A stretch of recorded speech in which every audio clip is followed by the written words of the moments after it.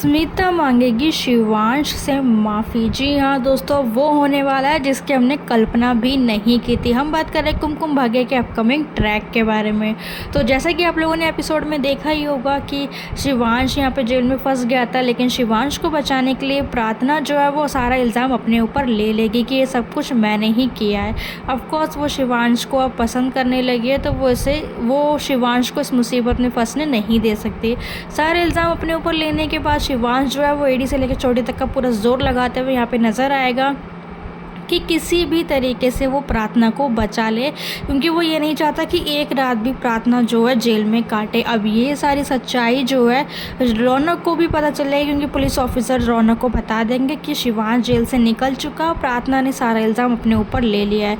अब ये बात रौनक को पता चली है तो भाई वो भी कुछ ना कुछ तो ऑफकोर्स करेगा। वो वहाँ पर जेल में आके पुलिस वालों से बात करने की कोशिश करेगा प्रार्थना को बाहर निकालने के लिए, लेकिन अब जब उसने कन्फेस किया है तो इतना ईजिली तो निकल नहीं सकता। तो भाई ऑफकोर्स रौनक जो है काफ़ी ज़्यादा परेशान हो जाएगा और फिर उसको वो गिल्ट ट्रिप में चल जाएगा कि सब कुछ मैंने किया और उसका इल्ज़ाम जो है प्रार्थना के ऊपर लग गया। प्रार्थना इतनी बड़ी मुसीबत में सिर्फ और सिर्फ मेरी वजह से है, पहले आग में फंस गई थी और अब यहाँ पे ये हो गया।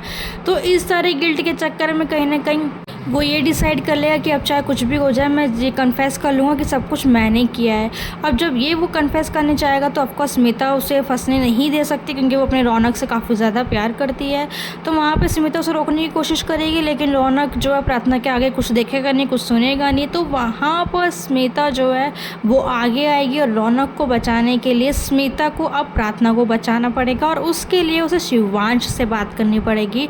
और इसीलिए वो शिवांश से बात करेगी, शिवांश से माफ़ी मांगेगी और उससे ये कहेगी कि मैं ये केस जो है वापस लेने को तैयार हूँ, क्योंकि ऑफकोर्स केस स्मिता ने किया है तो वापस भी वही ले सकती है। और ये बात सुनकर शिवांश जो है काफ़ी हैरान हो जाएगा कि स्मिता मतलब केस वापस कैसे ले रही है, बट उसको कहीं ना कहीं समझ में आने लगेगा कि ये सब कुछ स्मिता का कोई ना कोई नया ड्रामा ही हो सकता है। तो इस तरीके से शिवांश, स्मिता और रौनक मिलकर दोनों की प्रार्थना को बचाएंगे। आई थिंक प्रार्थना सब की फेवरेट होती जा रही है, किसी की हो या ना हो भाई, फैंस की और शिवांश की तो फेवरेट वो बनी चुकी है।